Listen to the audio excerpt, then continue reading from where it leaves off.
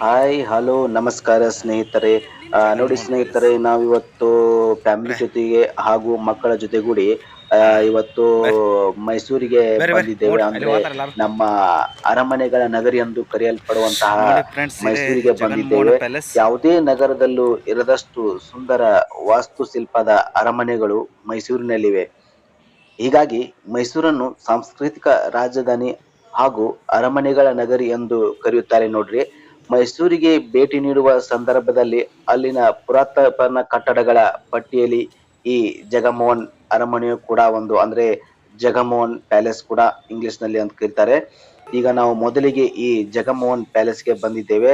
ಆ ನೋಡ್ತಾ ಇರಬಹುದು, ಮೈಸೂರು ಮಹಾರಾಜರ ಆಳ್ವಿಕೆಯ ವೈಭವವನ್ನು ಸಾರುತ್ತಾ ಕಲಾ ಸಂಗ್ರಹಾಲಯವಾಗಿ ಕಂಗೊಳಿಸುವ ಈ ಜಗಮೋಹನ್ ಅರಮನೆಯನ್ನು 1861ರಲ್ಲಿ ಶ್ರೀ ಮುಮ್ಮಡಿ ಕೃಷ್ಣರಾಜ್ ಒಡೆಯರು ನಿರ್ಮಿಸಿದ್ದಾರೆ ನೋಡ್ರಿ.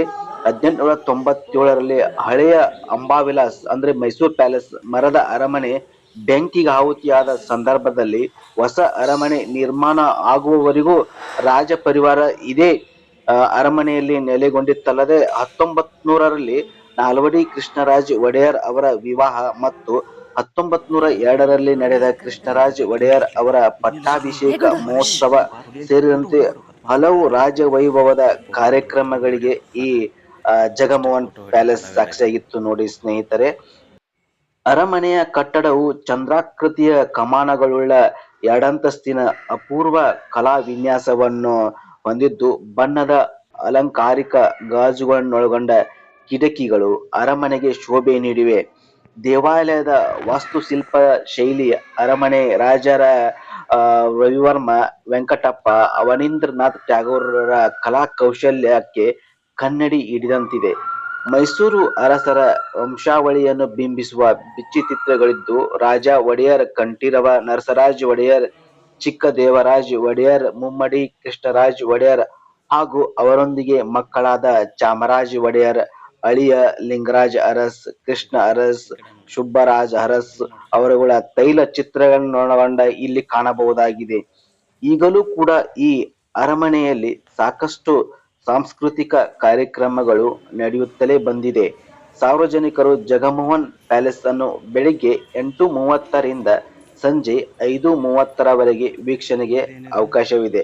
ಟಿಕೆಟ್ ದರ ದೊಡ್ಡವರಿಗೆ 20, ಚಿಕ್ಕ ಮಕ್ಕಳಿಗೆ 10 ರು ಇದೆ ನೋಡಿ ಸ್ನೇಹಿತರೆ. ನಗರ ಬಸ್ ಈ ಕಡೆ ನಿಲ್ದಾಣದಿಂದ ನೋಡ್ರಿ. ಕೂಗಳತೆ ದೂರದಲ್ಲಿ ಈ ಜಗಮೋಹನ್ ಪ್ಯಾಲೇಸ್ ಇದೆ ನೋಡಿ ಸ್ನೇಹಿತರೆ. ಮೈಸೂರಿಗೆ ಭೇಟಿ ನೀಡಿದರೆ ಒಮ್ಮೆ ಇಲ್ಲಿಗೂ ಭೇಟಿ ನೀಡುವುದನ್ನು ಮರೆಯಬೇಡಿ. ಹಾ ಬರೋಬ್ಬರಿ.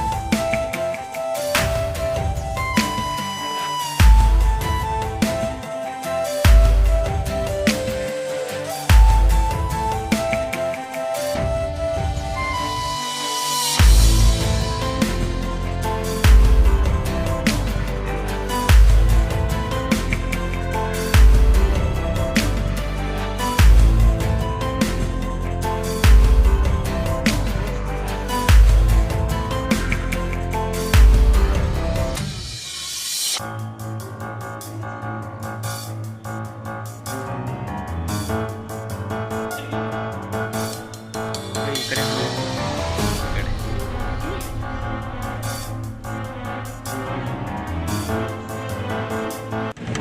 ಕಡೆ ನೋಡಿ ಸ್ನೇಹಿತರೆ, ನಾವೀಗ ಜಗಮೋಹನ್ ಪ್ಯಾಲೇಸ್ ಚಾಮುಂಡೇಶ್ವರಿ ನೋಡ್ತಾ ಇರಬಹುದು. ನಗರ ಪ್ರವಾಸದ ದೃಷ್ಟಿಗೆ ಸಾಕಷ್ಟು ಹೆಸರುವಾಸಿಯಾದ ನಗರ, ಚಾಮುಂಡಿ ಬೆಟ್ಟ. ಆಕರ್ಷಕವಾದ ಪ್ರವಾಸಿ ಕೇಂದ್ರಗಳು ಮೈಸೂರು ನಗರ ಮತ್ತು ಮತ್ತು ಸುತ್ತಮುತ್ತಲು ತಾವೇ ನೋಡ್ಕೊಂಡ್ ಕಂಡುಬರ್ತಾವ್ರಿ. ಬರ್ಬೇಕಂತ ಇನ್ನು ಧಾರ್ಮಿಕವಾಗಿಯೂ ಹಲವು ಇವತ್ತು ದೇಗುಲ ರಶ್ ಇರೋದು ಹಾಗೂ ಭಾಳ ಪುಣ್ಯ ಕಾಣತ್ತೆ. ತಾಣಗಳನ್ನು ಶುಕ್ರವಾರ ಮೈಸೂರಿನಲ್ಲಿ ಕಾಣಸಿಗ್ತಾವು.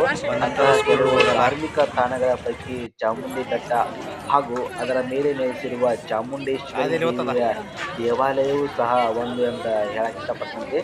ಹಾಗಾದ್ರೆ ಬನ್ನಿ ಸ್ನೇಹಿತರೆ, ನಾವೀಗ ಚಾಮುಂಡಿ ಬೆಟ್ಟ ನಿಮ್ಗೆ ತೋರಿಸ್ತೀನಿ. ನೆಕ್ಸ್ಟ್ ಸೆಕೆಂಡ್ ಪ್ಲೇಸ ಮೈಸೂರಿನಲ್ಲಿ. ಮೈಸೂರು ನಗರಕ್ಕೆ ಹೊಂದಿಕೊಂಡಂತೆ ಆಗ್ನೇಯಕ್ಕೆ ಪೂರ್ವ ಪಶ್ಚಿಮವಾಗಿ ಹಬ್ಬಿ ನಿಂತಿರುವ ಬೆಟ್ಟ ಸಮುದ್ರ ಮಟ್ಟದಿಂದ 1060 ಮೀಟರ್ ಎತ್ತರವಾಗಿದೆ. ಬೆಟ್ಟದ ಮೇಲೆ ಚಾಮುಂಡೇಶ್ವರಿಯ ದೇವಾಲಯವಿರುವುದರಿಂದ ಈ ಬೆಟ್ಟಕ್ಕೆ ಆ ದೇವತೆಯ ಹೆಸರು ಬಂದಿದೆ ಅಂತ ಹೇಳಬಹುದ್ರಿ. ಕಡಿದಾದ ಬೆಟ್ಟದ ಮೇಲೆ ನಿಂತು ನೋಡಿದಾಗ ಮೈಸೂರಿನ ಸುತ್ತಮುತ್ತಲಿನ ಸೌಂದರ್ಯ ರಮ್ಯವಾಗಿ ಕಾಣಿಸುತ್ತೈತಿ ಮತ್ತು ಜನರನ್ನು ತನ್ನತ್ತ ಆಕರ್ಷಿಸುತ್ತದೆ ಅಂದರೆ ತಪ್ಪಾಗಲಾರದು ಸ್ನೇಹಿತರೆ. ಇನ್ನು ದೇವಾಲಯವು ಹೊಯ್ಸಳ ವಾಸ್ತುಶೈಲಿಗೆ ಸಾಕ್ಷಿಯಾಗಿದ್ದು, ಹೊಯ್ಸಳ ದೊರೆ ವಿಷ್ಣುವರ್ಧನನಿಂದ ನಿರ್ಮಿಸಲ್ಪಟ್ಟಿದೆ. ತದನಂತರ ಈ ಪ್ರದೇಶವನ್ನಾಳಿದ ವಿಜಯನಗರ ಸಾಮ್ರಾಜ್ಯ ಹಾಗೂ ಮೈಸೂರು ಅರಸಗಳಿಂದ ಮತ್ತಷ್ಟು ನವೀಕರಣಗೊಳಿಸಲ್ಪಟ್ಟಿತು. ಈ ದೇವಾಲಯದ ಮುಖ್ಯ ಆಕರ್ಷಣೆ ಅಂದರೆ ಅದ್ಭುತವಾಗಿ ನಿರ್ಮಿಸಲಾಗಿರುವ ದೇವಾಲಯ ಗೋಪುರ. ಮೊದಲು ಇಷ್ಟು ಸುಂದರವಾದ ಗೋಪುರ ಈ ದೇವಾಲಯಕ್ಕಿರಲಿಲ್ಲ.